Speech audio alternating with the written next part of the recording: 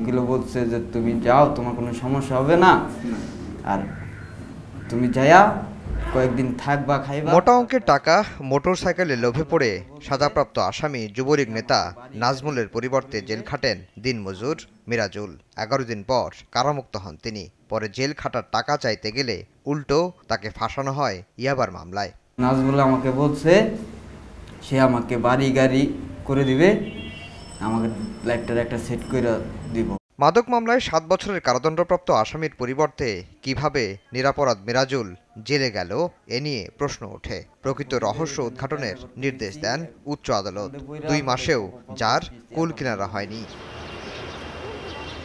বিচারক কি দেখে দিনমজুর মিরাজুলকে নাজমুল হিসেবে শনাক্ত করেছিলেন তা জানতে চেয়েছেন হাইকোর্ট।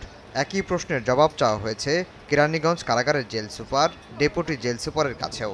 ব্যাখ্যা চাওয়া হয়েছে মূল আসামি নাজমুলের আইনজীবীর কাছেও। 1, 2, 3 ঢাকায় জমি জিতে নিন 100% ক্যাশব্যাক সহ 20 কোটি টাকার পুরস্কার।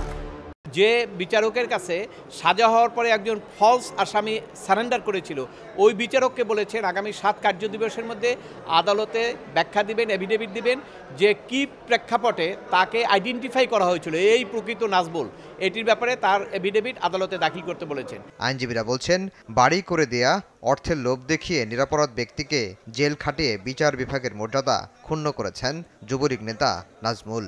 আসামি কিন্তু অনেক প্রভাবশালী, তা অর্থশালী, এবং সেই কারণে সে টাকা দিয়ে একজন গরিব মানুষকে জেলখানায় পাঠিয়ে এইটা তারা করেছে, যেটা আদালতের ভাবমূর্তিও ক্ষুণ্ণ হয়েছে এবং মানুষের আস্থা কমে যাবে আদালতের উপরে।